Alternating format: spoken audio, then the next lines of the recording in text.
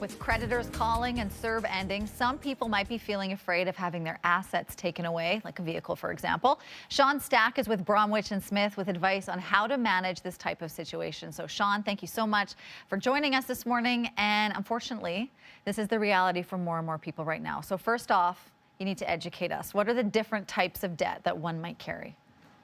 Yeah, well, thanks for having me on to talk about something like this. I think particularly right now, it's a very important time with CERB ending.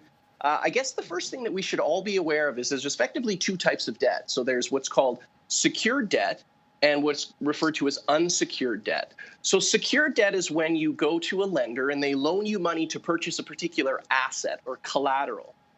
Whereas unsecured debt is something like a credit card or a line of credit that's not connected to anything. So if you don't pay your secured debt, what happens is the creditor is able to say, hey, wait a second, you haven't paid us. They'll contact you and say, if you don't pay us, we're going to send someone out to pick that vehicle up.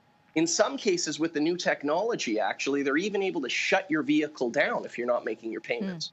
Whereas with unsecured debt, all they can really do is telephone you and contact you and look to get garnishes and things like that, but they can't take any direct action against your stuff. So if people are in this weird place where they're saying, oh, goodness, what do I do? Do I pay my vehicle loan, which I need to get to work, or do I pay my credit card because I don't want my bank contacting me?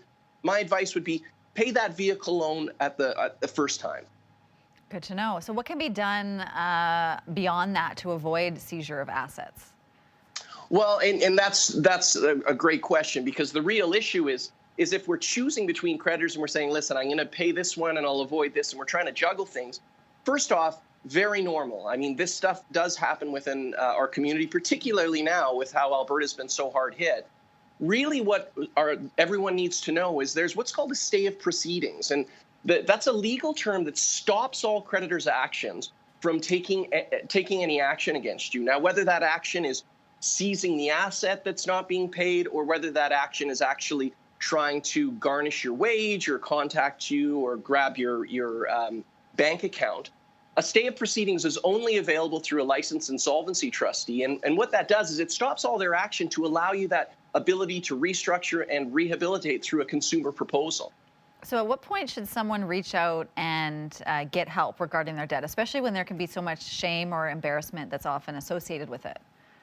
Well, first off, there is a tremendous amount of shame and embarrassment, but these things do happen. With the best of swimmers can get in some deep and difficult water. So the very first thing is, if you find that you're sort of ignoring the situation, you definitely want to turn your eyes towards that and say, I need to address this.